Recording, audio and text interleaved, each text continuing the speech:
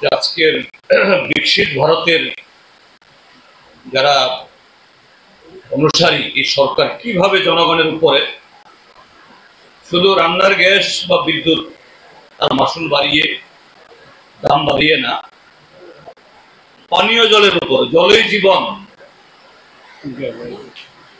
সেখানেও কিভাবে জনগণের উপর ট্যাক্স চাপাচ্ছে।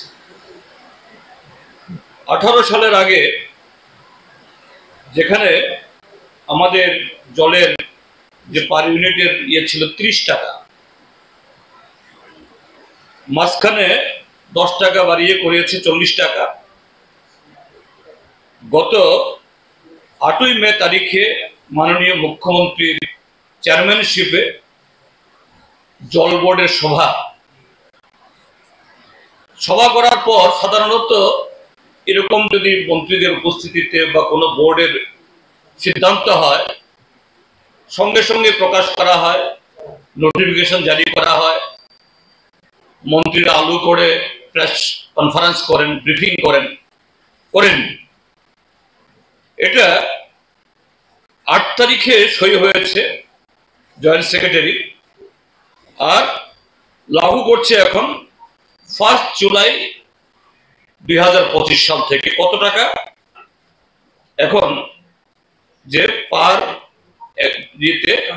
পার কানেকশনে পার মান্থ 40 টাকা, অর্থাৎ 7.5 বছরে 100% বাড়িয়ে দিল।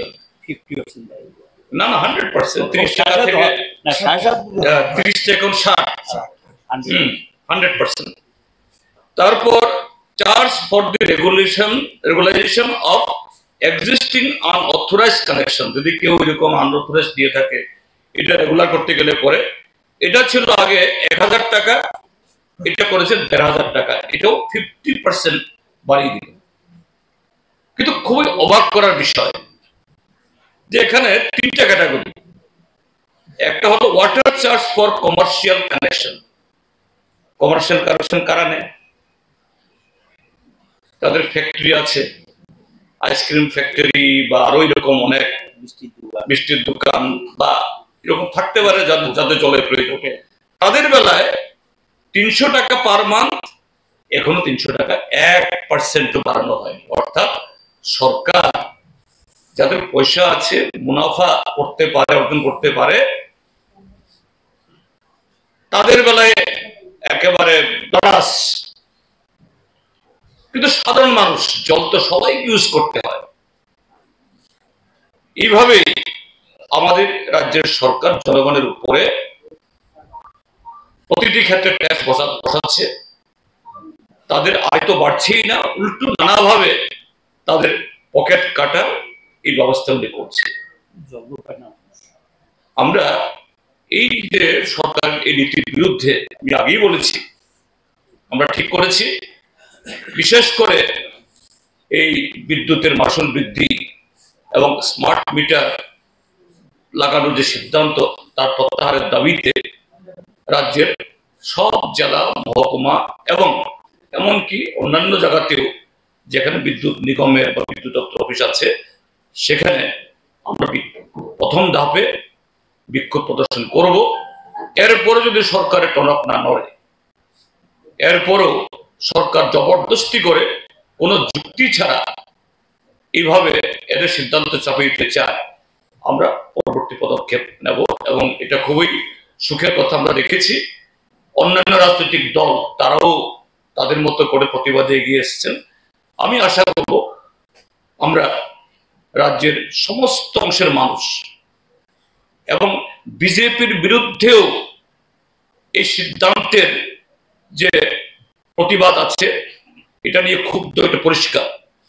সাধারণত সরকারের এই জাতীয় সিদ্ধান্তের বিরুদ্ধে যদি জনমনে ক্ষোভ তৈরি হয়, সরকারি অফিস থেকেই মন্ত্রীরা প্রেস কনফারেন্স করেন। কিন্তু আশ্চর্যের বিষয়, বিদ্যুতের ব্যাপার কালকে প্রেস কনফারেন্স করছে বিদ্যুৎ মন্ত্রী বিজেপির পার্টি অফিস থেকে। অর্থাৎ বিজেপির লোকদেরকে বুঝিয়ে দেওয়া, ভাই তোমরা চুপ থাকো। বিজেপি আরো 2জন সাথীকে নিয়ে করা মানে হলো, বিজেপির লোক তোমরা এই ব্যাপারে কোনো মুখ খুলবে না।